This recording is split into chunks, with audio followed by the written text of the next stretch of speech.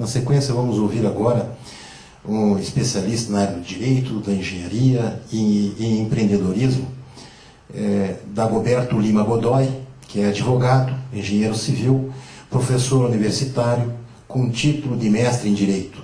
Hoje representa os empreendedores do Brasil no Conselho de Administração da Organização Internacional do Trabalho, a OIT, em Genebra, na Suíça.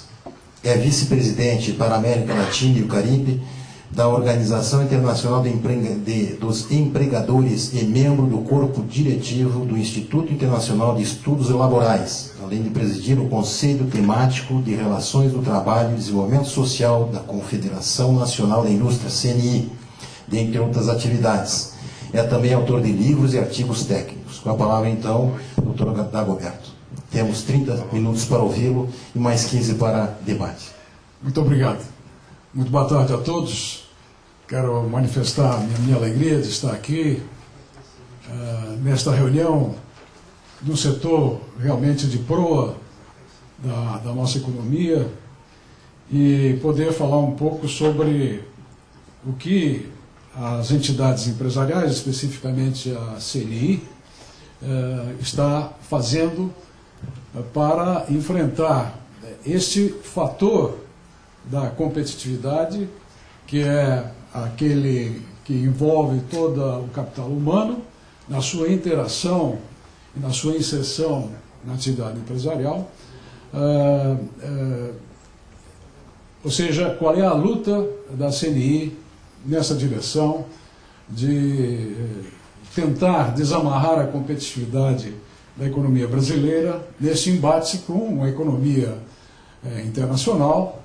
Eu estou até evitando falar em economia global, porque aprendi muito com a exposição do meu antecessor, e especialmente com vista a esses nossos mais diretos competidores, né, do BRIC.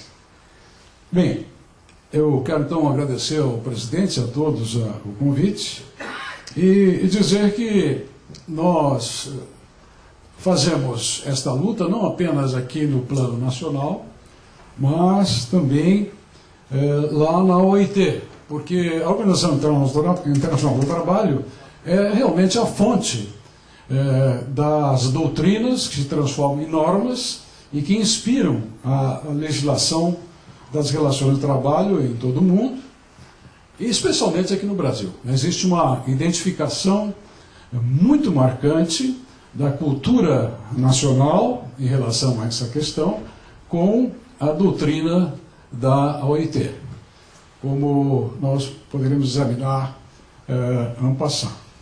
Então, eu vou tentar me ater especificamente a esta questão das relações de trabalho, da sua legislação, da sua regulação no Brasil, como fator positivo ou negativo da competitividade da economia brasileira.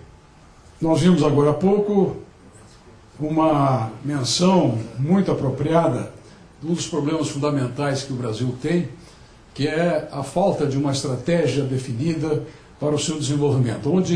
Onde nós queremos chegar em detalhe e quais os caminhos a seguir para isso. Pois a CNI, nos últimos 2 anos, fez um trabalho envolvendo todas as organizações representativas da indústria brasileira, não apenas as federações das indústrias, mas as associações setoriais também, que hoje se reúnem no chamado Fórum Nacional da Indústria, justamente com o sentido de buscar uma visão do desenvolvimento brasileiro que abranja todo o panorama da indústria brasileira. Esse foi um trabalho desenvolvido com muita interação com todas as bases, se foi interiorizado e seguiu a metodologia do BSC, do Balanced Scorecard, e que conduziu, depois desse intenso exercício, a este mapa estratégico da indústria brasileira para o horizonte de 2015. Aqui foi examinado não apenas, evidentemente, uma das funções do desenvolvimento nacional, mas todas as funções, Mas nós, evidentemente, vamos nos deter tão somente naquilo que diz respeito ao meu tema. E vejam ali a parte que é assinalada, não é? Está aqui nas bases do desenvolvimento. Nós temos ali justamente a questão do ambiente regulatório, que é certamente uma das travas que temos no país. E ali, neste nicho, nós temos não apenas a garantia geral de marcos regulatórios estáveis e de sistemas regulatórios definidos. A instabilidade que nós temos no país em termos de regulação é terrível e que leva a uma insegurança jurídica e leva também a dificuldades muito grandes para os planejamentos estratégicos das próprias empresas. E, fundamentalmente, adequar a legislação trabalhista às exigências da competitividade. Esta é uma noção que perpassa por toda a área empresarial brasileira e foi detectada já há bastante tempo, há cerca de 10 anos, quando também a CNI lançou a figura do chamado Custo Brasil, examinando todas as peias, os obstáculos que se levantavam a um projeto de desenvolvimento sustentável no Brasil.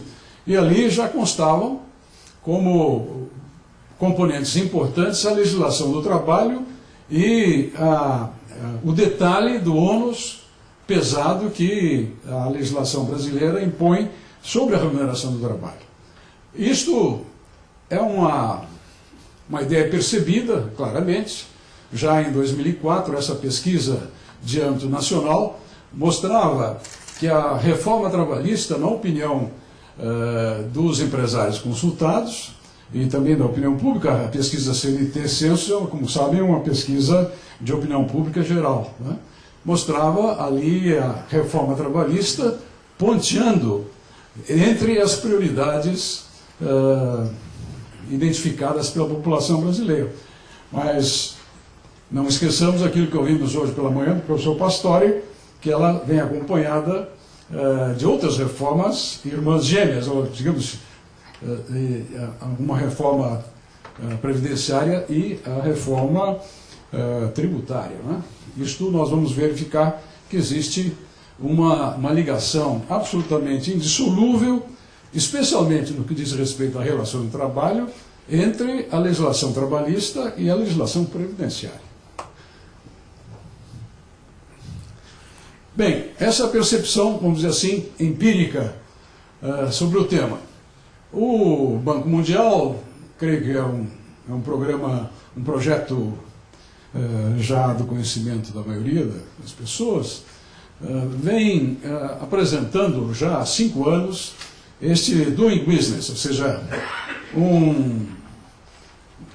uma observação que se faz já agora em 2007, atingindo 178 países do mundo, no sentido de tentar identificar quais são os fatores prejudiciais, fundamentalmente, ao desenvolvimento dos negócios, não é? Então, nesse Doing Business, quando 31 países da América Latina fazem parte desse levantamento, nós verificamos que o Brasil está ali no ranking global dos 178 países, está no lugar 122. Não é? Ou seja, nós estamos lá no terço final deste universo e disputando com outros países, inclusive a Rússia, que não consta nesse gráfico, mas eu anotei ali. A Rússia está no lugar 106. A Índia nos acompanha de perto, né, em termos genéricos. Agora, este é um ranking, vamos dizer assim, global da competitividade do país. O importante é a competitividade medida por esta maior ou menor quantidade de problemas, de óbices, de dificuldades que enfrentam os empreendedores para desenvolver os seus negócios. Mas, se nós examinarmos especificamente a questão das relações do trabalho, nós vamos verificar que esse projeto analisa uma série de funções, especialmente a dificuldade para contratar pessoas, a rigidez do horário de trabalho, ou seja, as horas que se pode trabalhar durante uma jornada, problemas como trabalho noturno, trabalho em feriados, fins de semana, férias, etc. A dificuldade para demitir, que é, sem dúvida nenhuma, um dos itens mais fundamentais na decisão empresarial e, consequentemente, também na criação de empregos, não é? Sempre que se trata de contratar uma pessoa, o administrador pensa também, não apenas no início do processo, mas também no final, o que acontecerá na hora em que essa contratação tenha que terminar. Os custos não salariais, estes que já foram apontados lá no Custo Brasil, que se somam ao salário no sentido de onerar o fator trabalho, a indenização por despedida. Então, um índice realmente importante é este item 4 aqui, porque ele é a média dos 3 primeiros. Não é? É uma espécie de índice síntese. E nós estamos ali, aqui não é um ranking, aqui é uma classificação, uma pontuação de 0 a 100. Ou seja, quanto mais próximo de 100, mais grave é o óbice, mais grave é a dificuldade. Nós estamos assim colocados e vejam que aqui nesse índice de rigidez, que é o índice sintético, nós estamos com uma pontuação 46, então menos da metade daquilo que poderia se esperar. Ou seja, numa visão sobre essas pontuações, nós verificamos que realmente aqui a dificuldade para contratar é a maior. Essa dificuldade para contratar é toda a série de ônus burocráticos que são necessários para não só completar o contrato, mas formalizá-lo e acompanhar a sua evolução. Mas, como? A dificuldade para demitir. É zero. É zero porque... Não é ônus. Isso aqui é realmente a ausência de uma dificuldade. Aqui é uma ausência de dificuldade. Não existe um impedimento legal para demitir. Exatamente. O que existe é um custo para demitir, a indenização por despedida. Exatamente. Aqui está o preço deste zero é o 37. Não é? E lembram que isso foi uma das grandes lutas durante o processo constituinte, em que, saindo o Brasil de um período de regime de exceção, da ditadura militar, com todo aquele ímpeto, né, de libertação democrática, de realização dos valores mais altos dos direitos humanos, havia uma séria luta para voltar à estabilidade no emprego. Lembro que isso foi um pouco antes da queda do Muro de Berlim. E a nossa cultura, vamos dizer assim, em geral, mas na cultura de relação de trabalho, tinha ficado estacionada por mais de 20 anos. Consequentemente, nós estamos raciocinando ainda nos anos 50, 60, em que a estabilidade do emprego era um dos valores, vamos dizer assim, fundamentais da busca do welfare state. Né? Não levamos em consideração a evolução que houve durante esse processo e que já em 88 nos mostrava que a estabilidade do emprego era um óbice extraordinário para o desenvolvimento da economia. Então, mas de qualquer forma, houve uma negociação quando se criou aquilo que se chama hoje de multa sobre o FGTS, não é? E que, consequentemente, eliminou a dificuldade para demitir. Apenas cobram um preço. Mas o que é verdade é que a nossa posição no ranking é 119.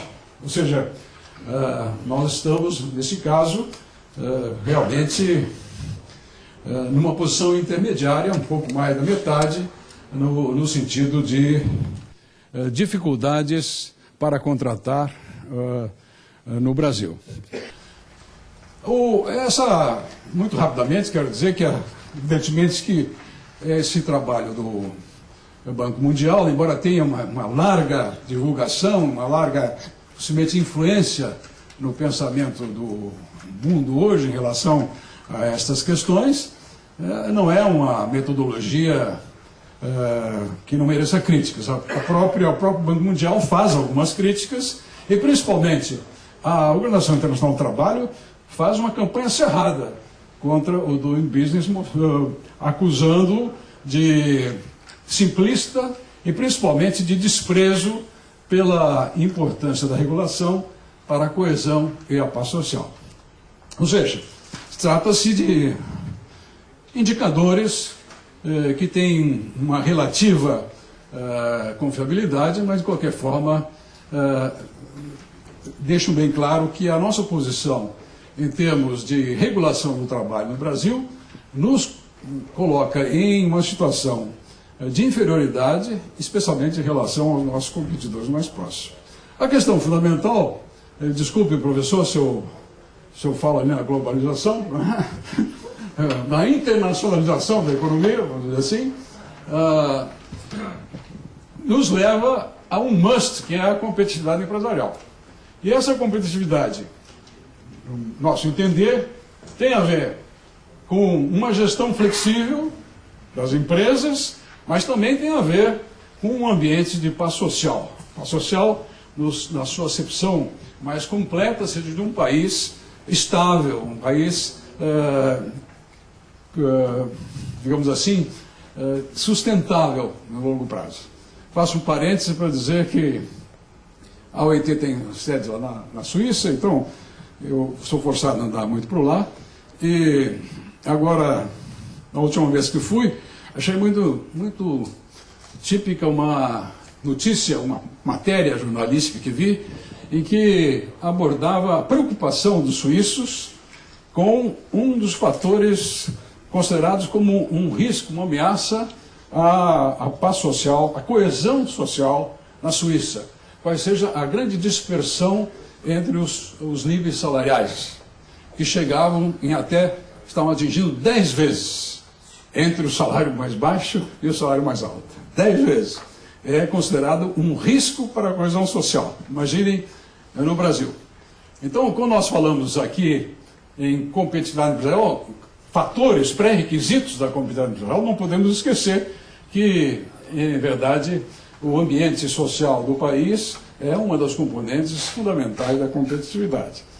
Mas o que é verdade é que a gestão flexível pede menos regulação e, consequentemente, uma reforma, no caso brasileiro, da consolidação da lei do trabalho. Já a paz social pede, em contraposição ou em complementação a uma regulação menor, mais negociação. E se queremos uma reforma da CLT, ela inclui uma reforma sindical. Nessa mais negociação, quero fazer uma alusão muito rápida à questão da Espanha, que foi aqui examinada detidamente. A negociação, o chamado diálogo social, foi uma componente absolutamente fundamental na virada que a Espanha deu depois da ditadura de Franco. Ao contrário do país, do Brasil, que saiu do regime ditatorial e foi de uma forma, vamos dizer assim, desculpe se eu uso o sistema bacharelesca, vamos dizer assim, em relação a um mundo ideal construído por uma nova Constituição colocada no papel, a Espanha saiu da ditadura com uma noção, uma antevisão do mundo moderno e partiu para uma discussão entre os setores sociais, que é caracterizado pelo Pacto de Moncloa e que se mantém até hoje. Foi criado na Espanha um processo de diálogo social que tem uma importância absolutamente fundamental em todo o curso do desenvolvimento espanhol. Mas, de qualquer forma, a questão aqui é que a competitividade empresarial nos conduz para a reforma da CLT, sem que nós esqueçamos do outro lado. Isso está perfeitamente claro na estratégia da CNI. Por isso mesmo, aceitamos o convite do presidente Lula, no seu primeiro mandato, quando convocou o Fórum Nacional do Trabalho.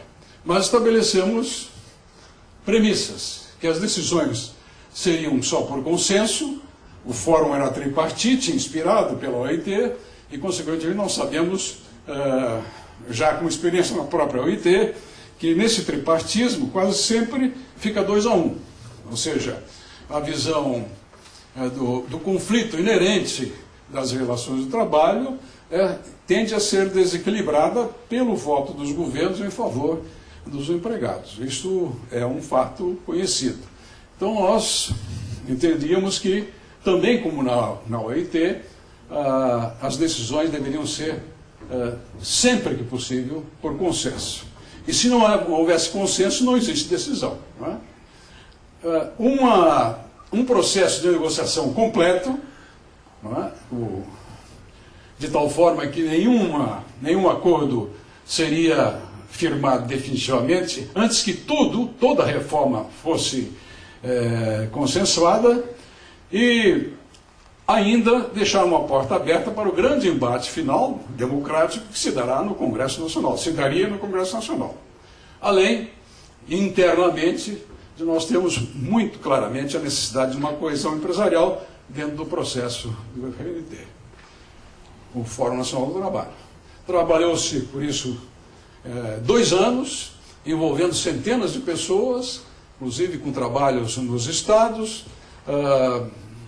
uma série de grupos de trabalho técnicos especializados, um processo amplo de discussão e que, infelizmente, não deu um resultado muito bom. Desde o início, nós tínhamos claro que por trás da ideia da convocação feita pelo presidente Lula, de que se tratava da busca de uma reforma trabalhista para modernizar as relações de trabalho no país, em verdade, nós tínhamos esse posicionamento central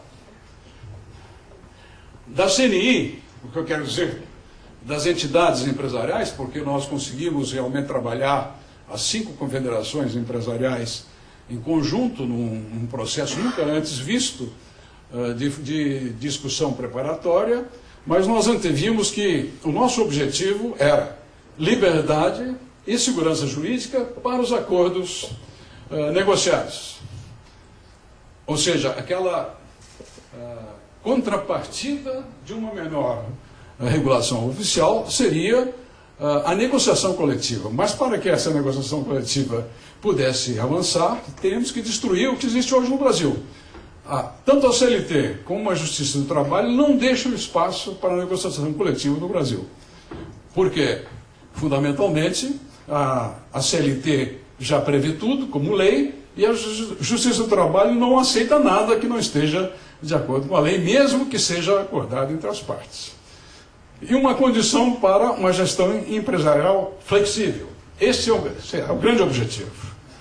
Mas as centrais tinham claramente, e eu lembro que em maio de 2003, eu escrevi um pequeno artigo em que dizia isso, que se sentia que claramente as centrais trabalhadores entravam no Fórum Nacional do Trabalho visando o reconhecimento das centrais como entidades sindicais, o fortalecimento financeiro das centrais, os contratos coletivos em âmbito nacional e a representação sindical no interior das empresas. Vejam que esses 2 primeiros itens estão na pauta do dia hoje. Não é? Existe um projeto de lei negociado entre o governo e as centrais que caminha nessa direção. Não consegue chegar ao objetivo final, porque o reconhecimento das centrais como entidades sindicais necessitaria uma emenda constitucional. Mas o projeto de lei reconhece centrais como representantes dos trabalhadores. E dá um fortalecimento financeiro. O governo reparte com as centrais a metade do imposto, chamado imposto sindical, que lhe toca. Não é? Então, pelo menos nesses 2 itens, nós estávamos certos. Mas estes 2 outros também representam pontos fundamentais. Evidentemente que havia uma grande disparidade entre objetivos entre uma parte e outra. E principalmente uma identificação muito grande do governo com as centrais sindicais. Isso tudo deu uma grande frustração, né? Passados os 2 anos, infelizmente nada aconteceu no sentido da chamada modernização pretendida pelo presidente Lula. Já no que diz respeito à reforma sindical, houve mais confluência entre as posições das organizações empresariais representadas pelas suas confederações e as representações dos trabalhadores. Se pretendia, e que se pretende hoje, é uma necessidade, uma maior representatividade, uma maior representatividade dos sindicatos, porque sem sindicatos, sem partes verdadeiramente representativas, a negociação coletiva perde a sua legitimidade, perde a sua força, principalmente nesse embate com a Justiça do Trabalho, que não quer reconhecer a liberdade de negociação. Houve aqui uma certa disposição para sair dessa situação esdrúxula que existe no Brasil hoje, que é a da unicidade sindical, ou seja, os sindicatos brasileiros têm uma espécie de feudos, né? Ou cartórios, com a sua base territorial definida, onde ninguém pode entrar. Isso é uma coisa que destoa completamente do cenário dos países onde o sindicalismo, a negociação coletiva está muito mais avançada, para uma pluralidade controlada. Ou seja, a ideia de que o sindicato, para manter o seu cartório, terá que comprovar uma representatividade mínima através do número de associados que consegue ter espontaneamente, associados espontâneos, na sua base territorial. Aceitaram também, ambas as partes, uma progressiva eliminação na contribuição compulsória, que é um outro absurdo também, ou seja, considerando que os sindicatos de empregados e de empregadores devem representar com legitimidade as suas bases, evidentemente que não há por que manter essa contribuição compulsória, que é ainda fruto da CLT, lá do regime getulista, né? Com um toque de fascismo, que é a contribuição compulsória, o imposto sindical, que liga os sindicatos ao Estado e, consequentemente, aos governos. E uma proposta de autogestão tripartite do sistema sindical. Isso existe um projeto que está parado no Congresso, criando um órgão, que é o Conselho Nacional de Relações do Trabalho, que substituiria, vamos dizer assim, o governo nas suas decisões unilaterais. Os tropeços foram que o governo, ao invés de acatar aquela premissa de fazer uma reforma una,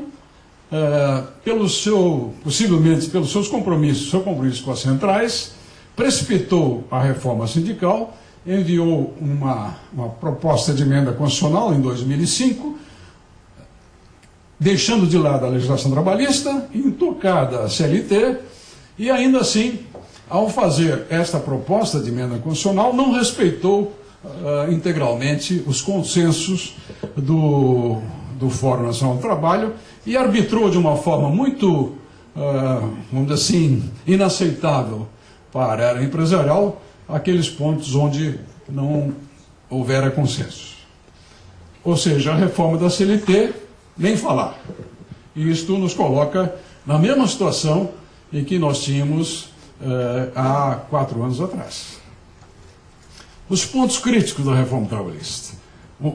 Quais são os grandes obstáculos que não nos permitem avançar?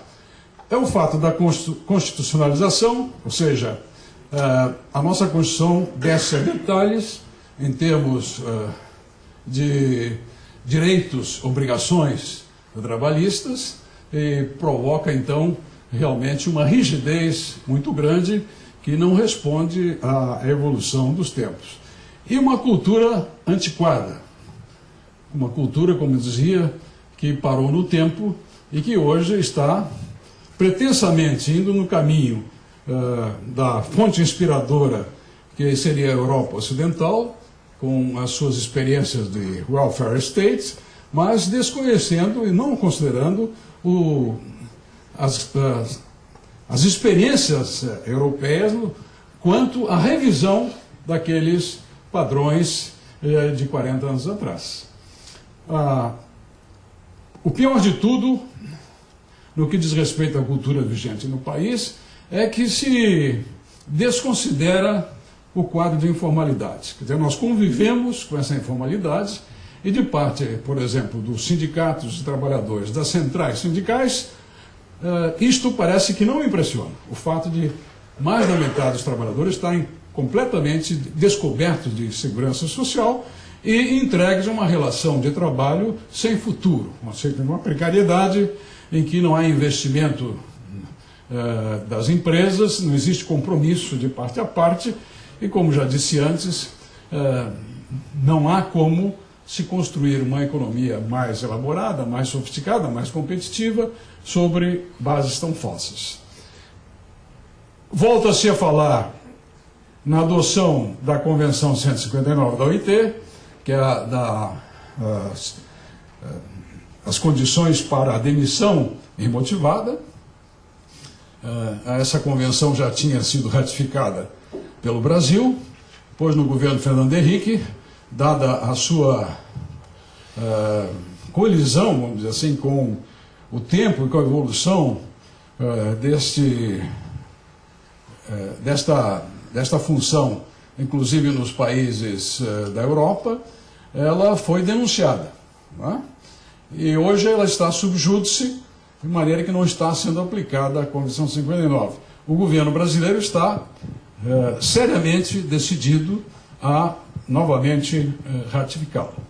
Isto significa um retrocesso realmente importante na medida em que, como aconteceu, por exemplo, no caso típico da Espanha, ficou mais do que comprovado que a estabilidade no emprego é um elemento não apenas emperrador da gestão empresarial, como exterminador de empregos, tendo em vista o espantalho, a ameaça que passa a se colocar para a empresa toda vez que ela faz um contrato de trabalho.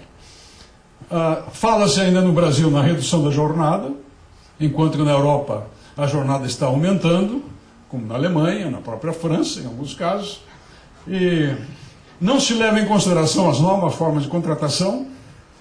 Quer dizer, toda a transformação, a mudança que houve no mundo com o impacto das tecnologias, com a formação das cadeias produtivas, das redes produtivas, nada disso é levado em consideração. É proibido no Brasil fazer qualquer outro tipo de contrato que não seja aquele da CLT. E um ataque frontal à terceirização, que foi objeto de debate hoje pela manhã. Ou seja, se trata de uma cultura que não diz com a realidade, com as necessidades da competitividade das empresas no país.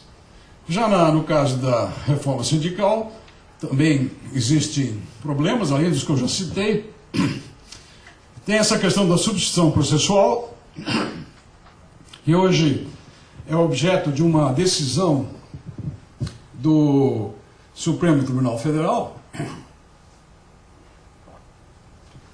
que reconheceu o direito dos sindicatos dos trabalhadores de substituírem qualquer trabalhador em qualquer processo, inclusive de direitos individuais, sem consulta ao trabalhador, sem necessidade de procuração. Então, enquanto não houver uma modificação na legislação, nós estamos apenas aguardando se transformar em realidade essa decisão do tribunal. Ou seja, o acórdão já foi publicado, mas encerra algumas dúvidas, então houve o que se chama embargo de declaração, ou seja, ele não entrou em vigor ainda. Quando entrar em vigor, isto será realmente uma arma poderosíssima nas mãos dos sindicatos que não quiserem realmente visar o interesse do trabalhador, mas sim criar barganha para qualquer tipo de reivindicação, de objetivo, inclusive político. A arbitragem da Justiça do Trabalho, mesmo na tendência de que a Justiça do Trabalho não pode mais tomar decisões de cunho econômico, mas ainda existe na própria proposta que foi aprovada no Fórum uma arbitragem, a decisão final terá que ser da Justiça do Trabalho. E as fontes de custeio, que sobre aqui já falei. Vamos, então, concluindo, dizendo o seguinte: nós estamos nesta luta no sentido de fazer essa revisão na CLT e na própria Organização Sindical Brasileira. Queremos, sim, uma gestão empresarial flexível. Essa gestão empresarial flexível se obterá naquela linha a que eu já me referi, de substituir a tutela onipresente do Estado por uma liberdade de negociação entre as partes através de representações legítimas e bem preparadas, ou seja, sindicatos representativos, legítimos e competentes. Então, isso é o que nós necessitamos. É aquilo que a economia brasileira precisa para melhorar as suas condições de competitividade. Mas não podemos esquecer a segurança do trabalhador. Sobre isso se falou muito hoje pela manhã, não é? Então esse equilíbrio é que precisa ser buscado, com base numa responsabilidade social compartilhada. Aqui haveria uma matéria para nós discutirmos durante muitas horas, porque isso envolve a chamada responsabilidade social empresarial, muito hoje em debate. Mas não se trata de jogar a segurança do trabalhador somente sobre a empresa. O que importa é que a sociedade brasileira assuma este compromisso com a segurança do trabalhador. Ou seja, segurança do trabalhador não no emprego, mas sim no mercado de trabalho.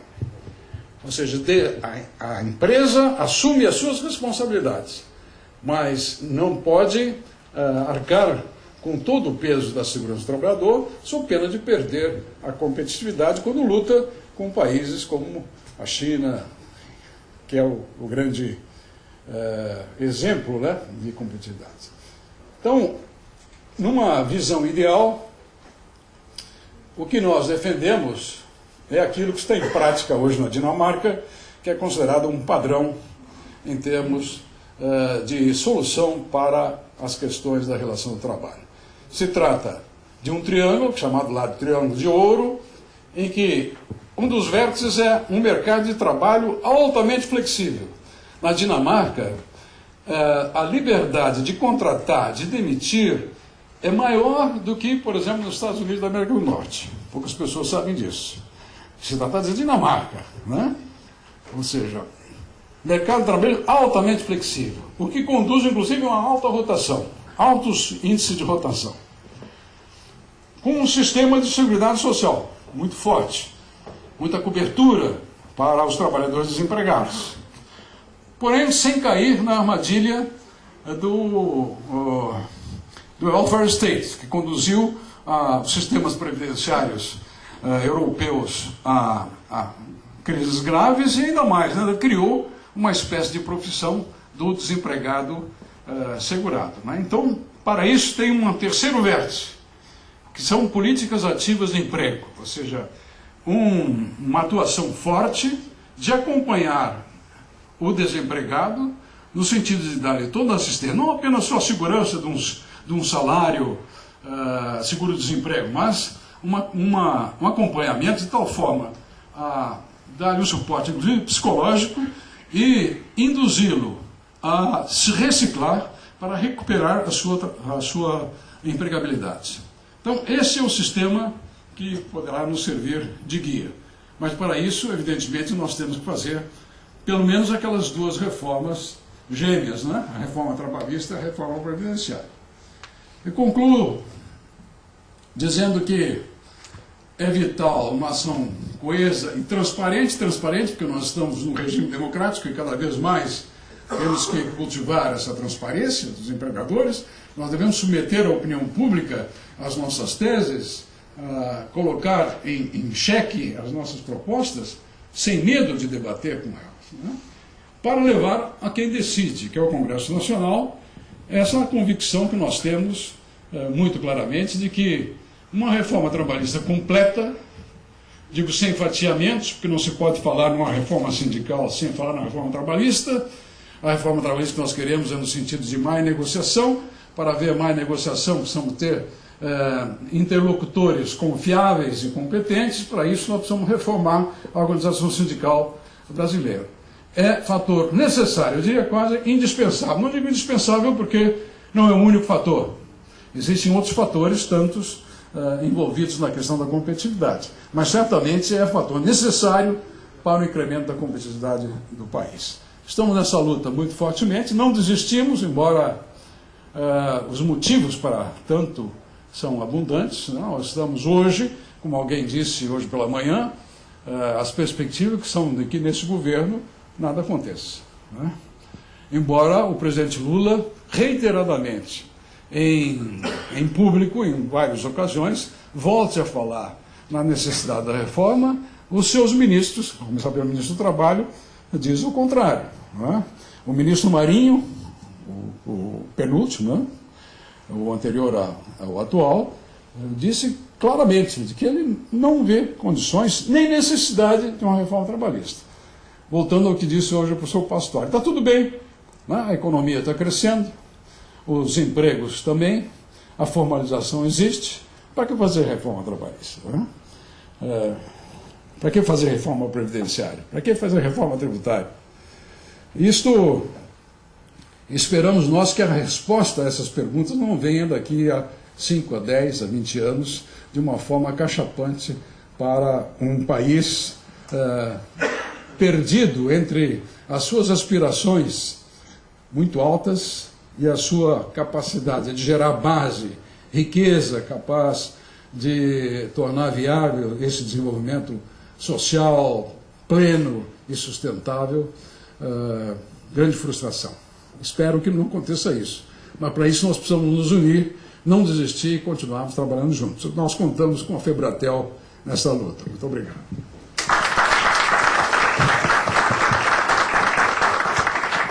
Nossos agradecimentos ao doutor Dagoberto Lima Godoy, sua brilhante ilustração a respeito do contexto do Brasil no âmbito mundial da competitividade e sua visão histórica a respeito das relações socio-trabalhistas. Vamos às perguntas. Cícero Penha. Doutor Dagoberto, Cícero Penha, do Grupo Algar. O senhor fez uma demonstração aí do fracasso que foi o Fórum Nacional do Trabalho. Eu tive a oportunidade de participar, representando a FIENG, lá em Belo Horizonte, de algumas discussões regionalizadas sobre a reforma trabalhista durante o Fórum Nacional do Trabalho. E no final eu me senti entendendo melhor o significado bíblico de Torre de Babel. Porque foi uma coisa extremamente frustrante, tomou tempo de todo mundo, muita gente que tinha o que fazer, teve que dedicar horas de trabalho para no final ser um fracasso total.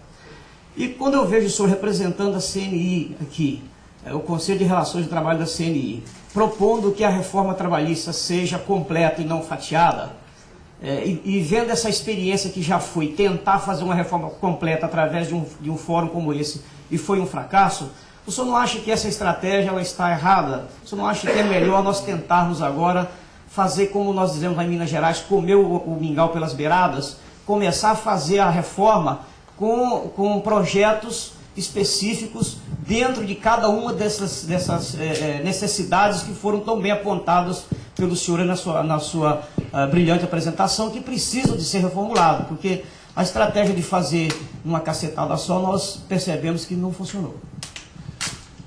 Eu não posso discordar, apenas quero dizer o seguinte, que o prêmio está muito em função da ambição, não é? Então, antes de chegarmos a esta variante que você coloca, que hoje pela manhã o professor Pastore também, de certa forma, delineou uma visão sua de uns simples trabalhistas, etc., nós precisamos esgotar as possibilidades do ideal. Esse esgotamento possivelmente aconteceu ao final do primeiro governo Lula, não é? Embora, no início do segundo governo, ele tivesse reafirmado todo o seu propósito. Mas nós já estamos considerando realmente a possibilidade de mudar a estratégia. Não por deixar de reconhecer que a primeira era melhor. Porque nesse comer o mingau pelas bordas, existe, entre outras coisas, o fator tempo. E o fator tempo, num ambiente competitivo e veloz, como esse que nós estamos enfrentando, é um fator vital. Segundo lugar, quais os itens que serão abordados? Então, eu mostrei ali quais são os objetivos das centrais, né, que são totalmente, muito claros e totalmente contrários à nossa perspectiva. Por exemplo, contratos coletivos de âmbito nacional. Num país como o Brasil, com tais diversidades, isso é uma coisa que poderá se transformar num tremendo óbice, não só a competitividade brasileira, como um incentivo à informalidade. Então, nós realmente estamos abertos a uma possibilidade de buscar a negociação de pontos isolados, desde que se faça uma eleição desses pontos de forma equilibrada. Por exemplo, nós queremos agora discutir a terceirização. Precisamos de uma legislação de terceirização. Muito bem.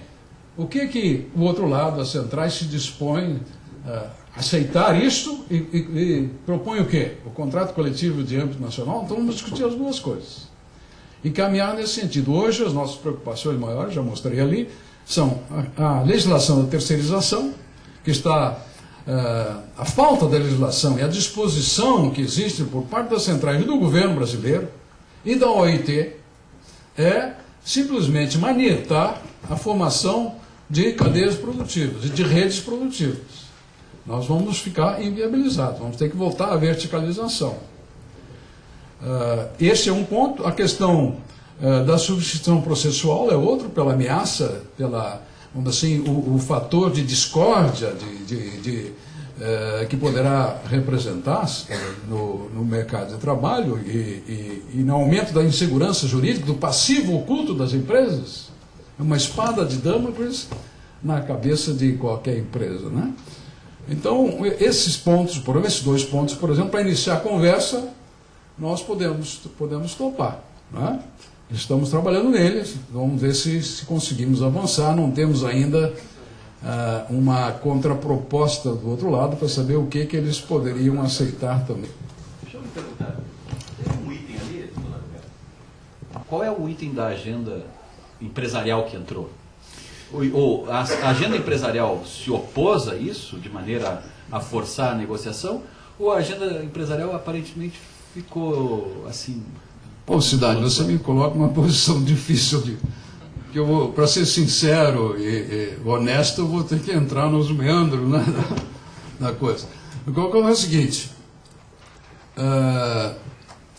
as confederações empresariais não se opuseram. E por quê? Primeiro, porque nós antevimos que já havia um acordo do governo com as centrais. Esse acordo foi publicado, foi explícito. Segundo, nós sabemos que o governo tem maioria absoluta do Congresso. Terceiro, nós sabemos que as propostas das centrais, porque envolve grande número de pessoas, muitos votos têm uma penetração muito grande. Então, era uma espécie de batalha perdida.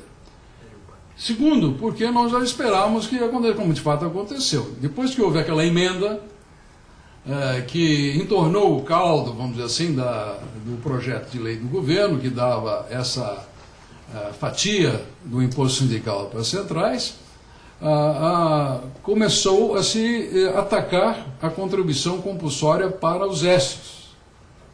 Nós antevíamos que, se fosse para uma polêmica, haveria essa mistura de coisas diferentes, de coisas heterogêneas, né? Então, por isso, não nos manifestamos. Até mesmo porque não nos parece que seja realmente um mal. Não é o fato das centrais terem mais dinheiro. Eu quero saber o que elas fazem com o dinheiro. Se for esse dinheiro empregado no sentido de capacitar melhor os seus sindicatos, não é? De tal forma que eles ampliem a sua representatividade, que hoje é praticamente nenhuma, não é? Porque se nós temos mais da metade dos trabalhadores na informalidade e um índice de sindicalização absolutamente ridículo, deve andar por volta de 10, 12, 14% no máximo, existem várias estimativas, então nós verificamos que as centrais, os sindicatos, apresentam praticamente nada, não é? Então, se as centrais utilizarem esse dinheiro para atacar esses dois pontos, ou seja, mais representatividade e mais competência, né, ao lado daquilo que não vem por dinheiro, ou seja, que é uma disposição realmente de lutar por causas coletivas e não apenas fazer política, muitas vezes política partidária, então nós não somos contra. Mais uma pergunta? Didier Chinchilla. Primeira pergunta, você concorda com essa análise do ponto de vista da CNI?